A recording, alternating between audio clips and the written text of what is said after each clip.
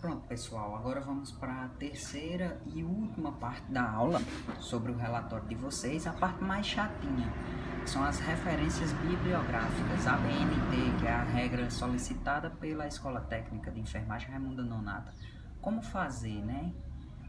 Sempre eu vou precisar fazer? Não, pessoal, muitas vezes na revisão você vai, como você está pegando de revisão, você está pegando de outros artigos, você vai pegar referências prontas.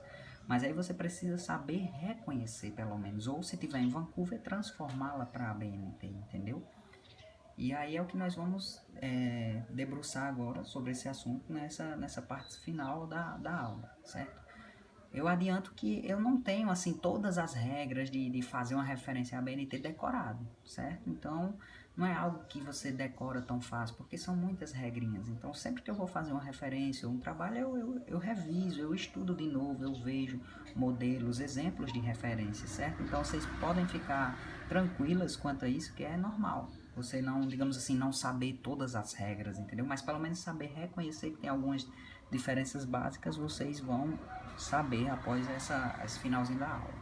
Então, para fazer uma referência à ABNT ou reconhecê-la, primeiramente vai ter normalmente o sobrenome do autor aqui, ó, Bose, esse aqui é um exemplo de uma referência, de modo geral o último, em letras maiúsculas. Então, ABNT, quando você vê letra maiúscula, já é ABNT, certo? Então, essa é uma das primeiras regras de diferença para uma Vancouver. Vancouver é minúscula.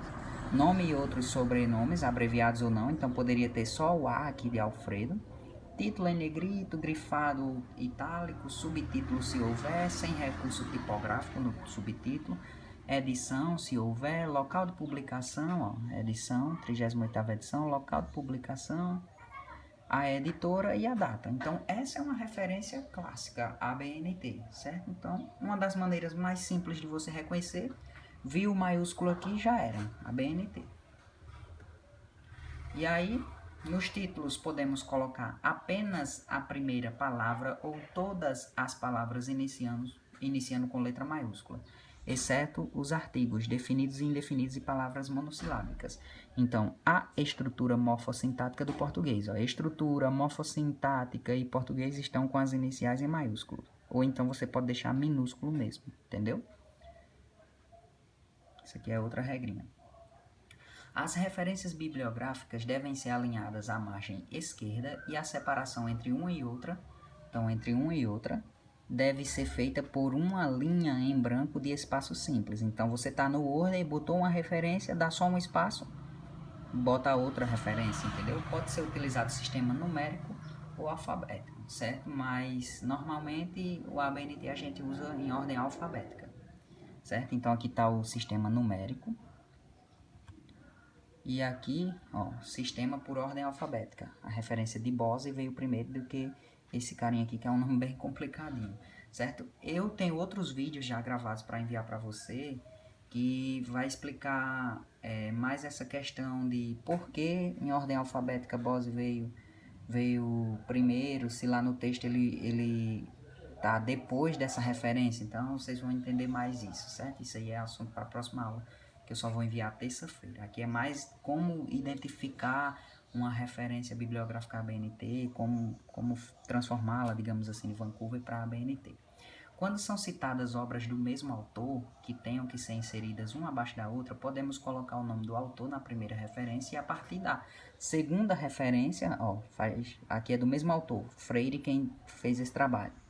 Substituir o seu nome por um traço com o tamanho de 6 espaços. Então você coloca um traço 6 vezes, entendeu?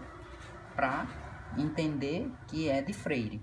Então você está lá pesquisando um artigo, quer usar essa referência e não sabe de quem é porque tem um traço. Então agora vocês já vão saber. Ah, então é de Freire. Entendeu? Como fazer referência de livro?